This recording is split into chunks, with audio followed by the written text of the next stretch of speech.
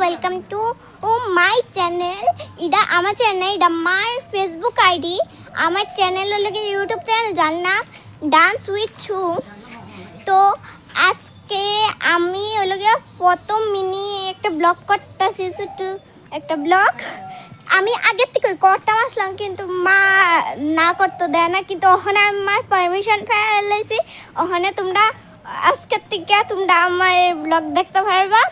আর এতদিন আমি ভিডিও দিয়েছি, আমার একটা প্রবলেম আসলো, মানে আমার মা শরীরবেলা আসলো না, দেখা আমি ভিডিও দিতাম পারছি না।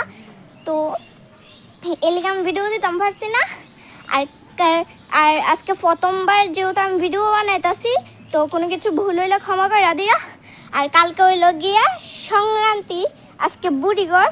তো কালকে যেহেতু কীর্তন হয়, মানে সবাই আলপনা ভিতরে কীর্তন করে, তো আমরা বাড়ি তো করে।